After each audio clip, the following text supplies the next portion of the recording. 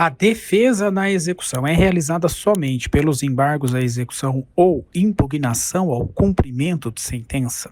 Seja muito bem-vindo a mais uma lição prática jurídica do dia, lição de número 130, de um total de 365.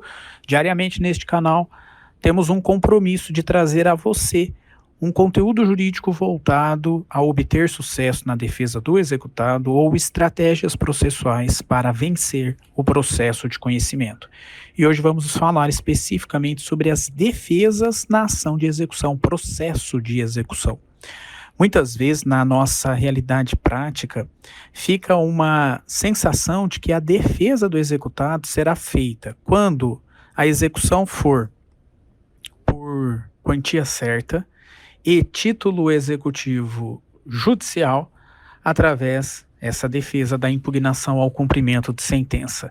E quando a ação de execução por quantia certa estiver fundamentada num título extrajudicial, o meio de defesa seria apenas os embargos à execução. Veja, esses meios de defesas mencionados, a impugnação ao cumprimento de sentença e os embargos à execução, eles são considerados os meios tradicionais de defesa durante o processo de execução.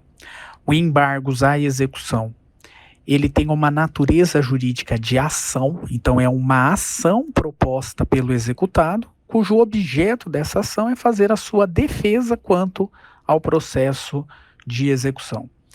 E a impugnação ao cumprimento de sentença, uma defesa feita por intermédio de uma petição incidental, onde as matérias de defesa alegadas são aquelas restritas às previsões dos incisos do parágrafo 1º do artigo 525 do Código de Processo Civil.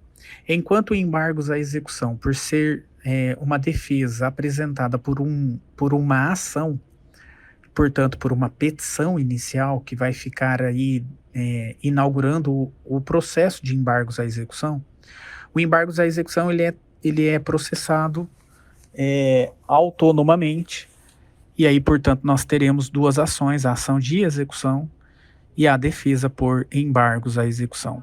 Já na impugnação ao cumprimento de sentença, não. É uma defesa incidental feita pelo executado no curso dos próprios autos da ação de execução. Outra diferença característica entre esses dois meios tradicionais de defesa é que lá nos embargos à execução, a instrução probatória é ampla. Pode ser alegada qualquer matéria de defesa e a instrução probatória é ampla. Diferente da impugnação ao cumprimento de sentença, por ser processado nos próprios autos do processo de execução, é uma defesa incidental. Há limitação probatória quanto a essa matéria de defesa. Normalmente a matéria de defesa é uma defesa que está amparada por um fato ou uma causa que ocorreu depois do trânsito em julgado da sentença condenatória, e a produção probatória é limitada. Não são todas as provas que podem ser produzidas. Por exemplo, não será possível produzir no curso da ação de execução a prova oral, seja o depoimento pessoal ou a prova testemunhal. Muito bem. Tanto para os embargos à execução quanto para a impugnação ao cumprimento de sentença, não há necessidade de uma prévia garantia do juízo. Não há necessidade de ter penhora, depósito ou caução para a garantia da dívida exequenda. Aliás, o prazo para a apresentação das defesas tradicionais, esses prazos, para o embargos e para a impugnação ao cumprimento de sentença, eles ocorrem bem no início do processo de execução, a partir do momento em que o executado é citado ou intimado para efetuar o pagamento voluntário, e isso não ocorre. Muito bem, mas além desses meios tradicionais de defesa, no curso do processo de execução é possível outros meios de defesa, outros instrumentos defensivos que poderão ser usados pelo executado. O mais conhecido de todos é a exceção de pré-executividade, uma defesa incidental apresentada pelo executado no próprio curso da ação de execução, cuja matéria de defesa alegada seja alguma questão que o juiz pode conhecer de ofício e que, portanto, não demanda dilação probatória. Uma matéria de ordem pública que o juiz pode conhecer de ofício, essa matéria de ordem pública pode ser apresentada por essa defesa à chamada exceção de pré-executividade. Mas a exceção de pré-executividade ela não se limita à matéria de ordem pública. É também possível que o executado apresente uma matéria de defesa que seja relacionada a um fato, desde que esse fato tenha uma prova pré-constituída, já que na exceção de pré-executividade não é possível dilação probatória. Que matérias de ordem pública o STJ reconhece ser possível a sua alegação por exceção de pré-executividade?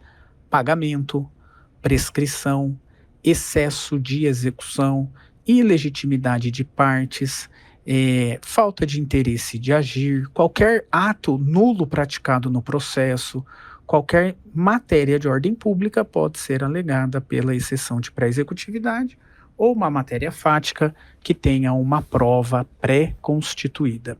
Mas além da exceção de pré-executividade, é possível também que o executado apresente outras espécies de defesas específicas, como por exemplo, se foi feito o bloqueio cisbajude, o executado pode apresentar a defesa específica e impugnação ao bloqueio cisbajude.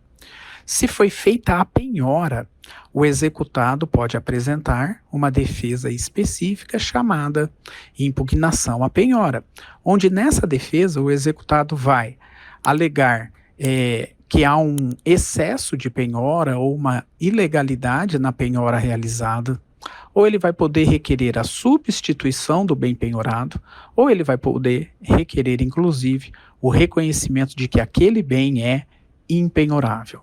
Mas ainda temos outras defesas específicas, como, por exemplo, se o bem penhorado foi levado à avaliação e essa avaliação está errada, ela tem agora a possibilidade de ser impugnada.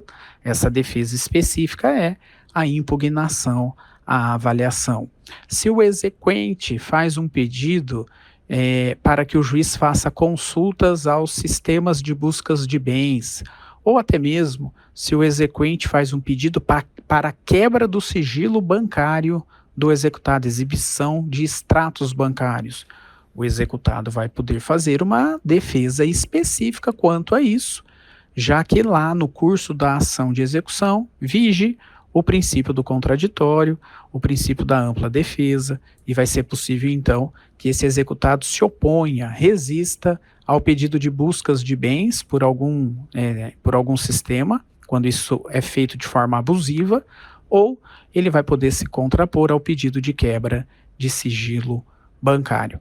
Bom, uma outra defesa possível é, diante do pedido do exequente para aplicação de medidas executivas atípicas, como, por exemplo, a suspensão da CNH, o cancelamento do cartão de crédito, a proibição de frequentar determinados lugares, todas as vezes em que o exequente faz um pedido ao juiz para que o executado tenha agora algum dos seus direitos limitados, o executado vai ter o direito de se contrapor a isso através de uma defesa específica a esses pedidos formulados pelo exequente. Mas além dessas defesas específicas, é possível também que o exequente apresente uma matéria de discussão no processo de execução e o executado seja intimado para fazer a defesa. Como, por exemplo, o exequente pode pedir o reconhecimento de uma fraude à execução. É claro que nessas circunstâncias o executado será intimado para apresentar a defesa em relação à fraude à execução. Ou uma defesa na fraude contra credores, uma defesa no pedido de reconhecimento de simulação de um negócio jurídico, ou imagine que esse exequente fez um pedido de desconsideração da personalidade jurídica. O executado e o sócio citado também poderão apresentar essa defesa agora no incidente de desconsideração da personalidade jurídica. Imagine que a penhora recaiu sobre um bem de terceiro que não pertence ao executado. Nesse caso, o terceiro vai ter direito de defesa através dos embargos de terceiro. Então, são inúmeras as formas de defesa ao longo do processo de execução e eu convido você para você continuar me acompanhando por aqui, porque vira e mexe, nós analisamos especificamente alguns desses meios de defesas aqui mencionados. Ok? Então é isso, a nossa lição prática jurídica do dia é nesse sentido. Nos encontramos amanhã para mais um áudio. Até lá, valeu pessoal!